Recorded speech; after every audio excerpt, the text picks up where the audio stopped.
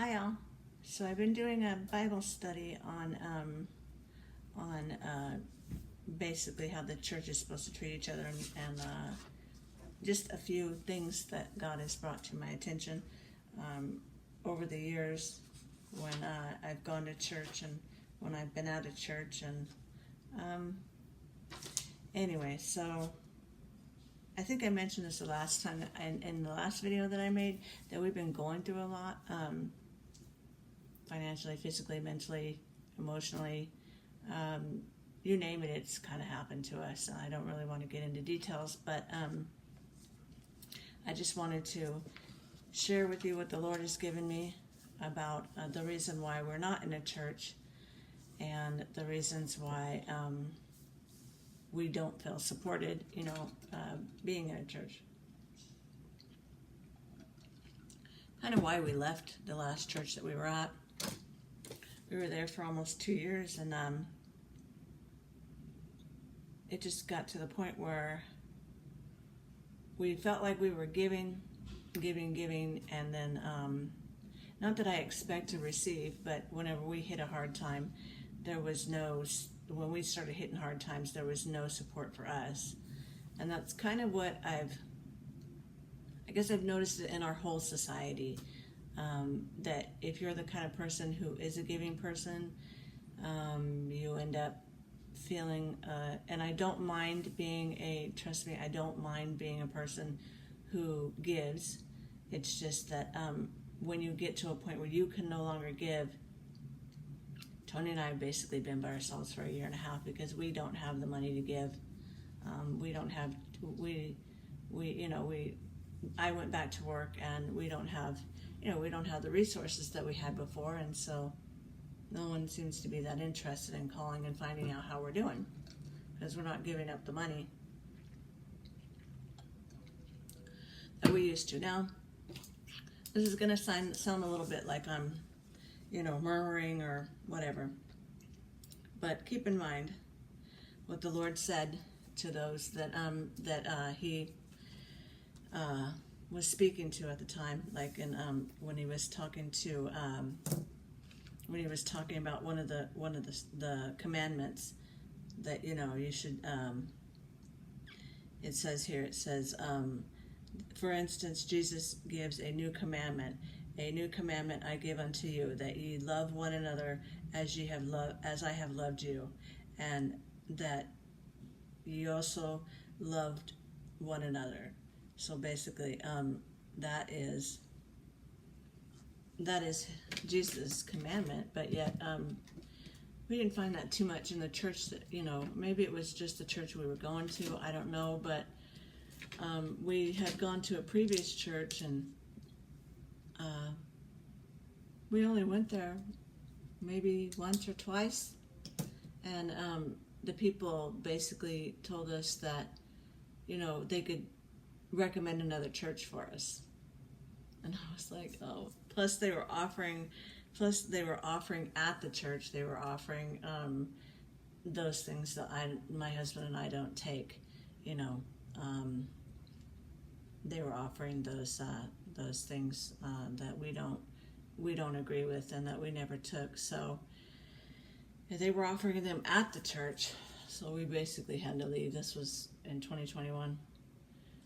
We had to leave the church for that, and the Lord had given me that word kill shot, that's what that was, so I never did get it. But anyway, so I'm going to read to you Galatians 6:2, and then I'll explain to you what the Lord had given me. Galatians 6:2, bear ye one another's burdens, and so fulfill the law of Christ. For if a man think himself to be something when he is nothing, he deceiveth himself. Okay, that's 6:2 and 6:3.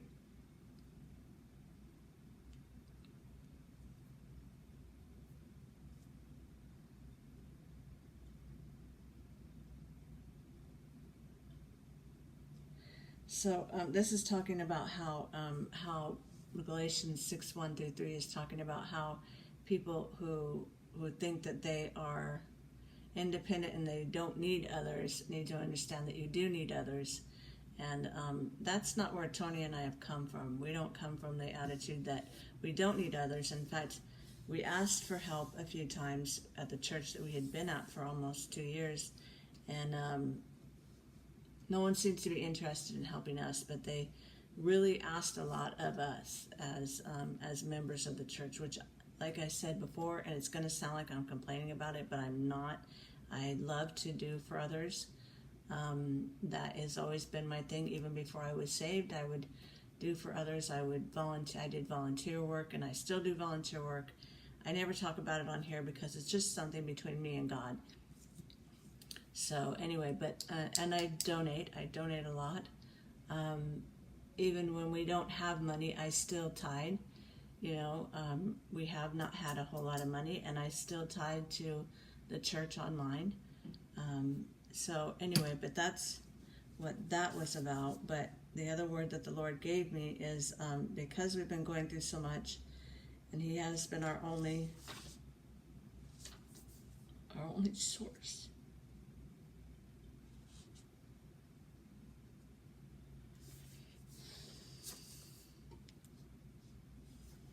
Our only source of compassion that we've had, not having, like I said, we don't have anybody we can rely on, so we've been relying on each other, and we rely on the Lord, which is pretty, normal on this kind of, YouTube or whatever. But I would like to have community, but it doesn't ever seem to work out. For whatever reason, people like to, call me up and talk to me, but it never seems to. Whenever I need, they'll call me up and tell me all about their problems and tell me how things are going, and I listen. And then whenever I run into problems, like I said, they seem to disappear. So I've gotten a little bit tired of it. I'll be honest with you, of that part of it. Only because I feel a little bit used by people, and maybe it's just the people I'm running into. I have no idea, but it seems like the church. This is the word that I'm getting, is that the church is not working together the way that Jesus had planned it, and so that's why judgment had come to the church. So I don't know. Anyway, I guess that this is a problem across the United States, or across the world. I don't know, but anyway, it's something to pray about. It's to pray for people and to pray for churches, that they will start being kinder to each other. Compassion is not something that I see a whole lot in the church. I have been at churches where I've heard people say things like, we don't help the homeless because they don't help themselves. It's like, how can you say that as a Christian? Like, how do those words even come out of your mouth? Like, everybody runs into problems at some point in their life. Like, where do you think that you're so above everybody else that you can make a judgment call on somebody like that who is out on the street? Like, I don't get it. But anyway, that's always been my heart, is the homeless, so I'll never understand it. But anyway, there was something else that the Lord had given me. He'd given me the word rejoice, because we've been going through so much. He gave me the word, and I'm going to give you the meaning of the word rejoice, so that we understand what the word means. I'm looking in my dictionary again.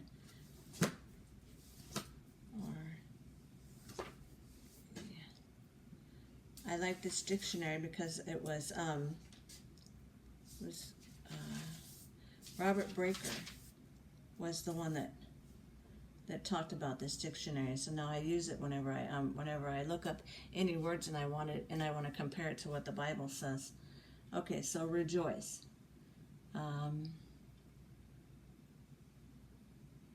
To experience joy and gladness in a high degree. To be exhilarated with lively and pleasurable sensations, to exalt. And it says, to make joyful, to gladden, to animate with lively pleasurable sensations, to exhilarate. Okay, so rejoice. That's the word that I got. And that's the meaning of the word. Now, to experience joy and gladness in the Lord, it doesn't mean, and then this was the word that I received from the Lord, and this I received on June 29th, 2025. It says, rejoice, meaning to experience joy and gladness in the Lord. It doesn't mean we are always happy. It means we are happy in the Lord. Having faith, he will solve our problems. James 1:2. Count it all joy. These two verses are similar in meaning. Philippians 4:4 is the one that he gave me too. Philippians 4:4. I'm going to read that one first because that was the first word that I received, was Philippians 4. Rejoice in the Lord always, and again I say rejoice.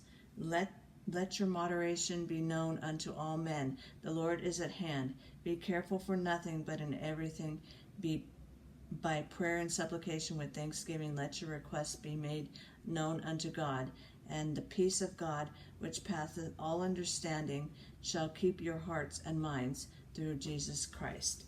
So I had actually received that word on 2/27/24, and then I received it again on 6/29/25.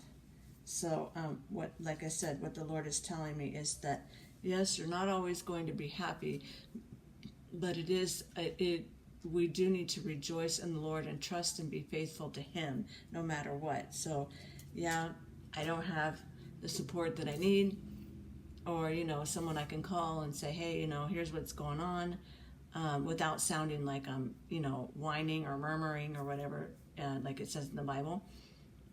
Really, I'm just looking for some compassion, and so that I don't see a whole lot in the church, honestly.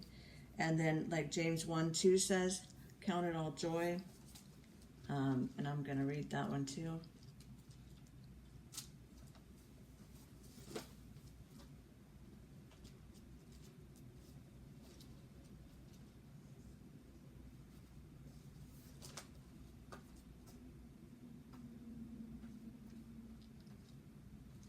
James 1. My brethren, count it all joy when ye fall into diverse temptations, knowing this, that the trying of your faith worketh patience. So, of course, everything that we've been going through is a way for the Lord to show us patience and to bring us closer to Him. So, being by myself, I've been by myself for years, unfortunately,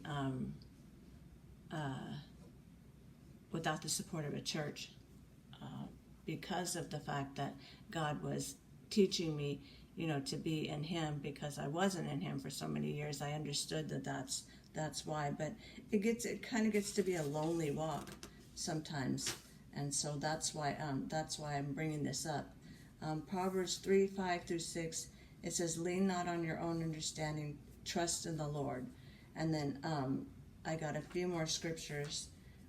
The other word that I received was encouragement.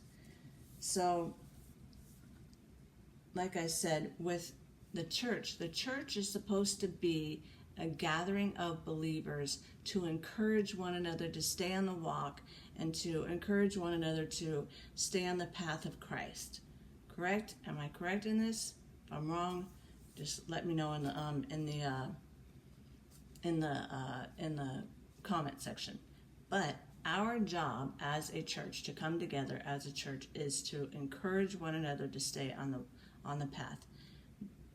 But I found that that's not what's going on in the church, and so this is why we are not in a church, because I found that, and I've actually run into people that I helped out while we were at the church, and I've continued to pray for, and I continue to pray for the churches that I've been to. It's not like I'm not continuing to pray for them. I do. I hope that that God will bless them, that they will that they will see that not just the people who are the most down and out need help. There are other people who need help in the church too, and it's their job to help keep them on the straight and narrow, on the path of Christ.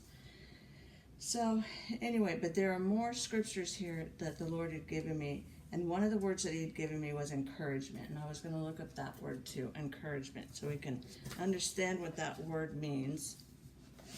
Because maybe people don't understand it. I don't know. I mean, it seems like compassion and encouragement are just not going on in the church. So maybe they just, maybe they think because I'm not the kind of person who puts all my business out there that I'm, standoffish or not asking for help, or I have no idea. But it seems to me like if you're in a church that you should want to encourage each other or have compassion for each other and the problems that people go through, because there are problems all around you. You just have to, look for them. To give courage to give or increase confidence of success, to inspire with courage, spirit, or strength of mind, to embolden, to animate, to incite, to inspire. So I guess what I'm saying is that, that person that's always there for you, that person that's always listening to you, that person that seems like they don't need any help, that's the person that needs the most help. But I guess that's what God is trying to say, is that person that you think that doesn't need the help, that's the person that needs the most. That strong person that you think is so strong that they can just do it all, sometimes they get tired and they just need some encouragement too. And that's what I usually do for those people, is I just spend time talking to those people and making sure that they're okay, and I don't think that that's a bad thing. I think that, it says in 1 Thessalonians 5:9-11, faithful believers should encourage one another. Hebrews 12:1, it talks about the same thing. 1 Thessalonians 3:8, it says during suffering you basically should encourage each other. I mean, that's not exactly what I'm paraphrasing these scriptures, but basically that's what these scriptures mean. They mean to encourage one another, and until Christ comes, this is all we can do for each other. Reach out to somebody. Tell them you love them. I mean, I'm grateful that I have Tony and that he's a believer now, but it would be nice to have other believers who actually cared. And Tony and I, I guess this is a plea, to those that are around you. Make sure that they know that you care about them. Make sure that you praying for people, and yes, we could use prayer. If y'all are wondering, whoever's watching this, we could use prayer. I don't need to go into exactly what we need to pray for, but I could use prayer. So could Tony. And if you guys, I would love to pray for you too. So if you guys could put your prayer requests in the comment section below, I'll pray for you. And like I always say, it's not the person praying for you, it's the person they're praying to that gets things done. That's Jesus Christ. Anyway, so if you don't know Jesus, I know this isn't for the non-believers. This message, this is for the believers who need to know that you need to encourage one another. That's where we're lacking in the church. So, all right. Well, anyway, God bless you, and I'm sorry it wasn't more of an uplifting video, but it was the one that God wanted me to make. So, here it is. God bless you all.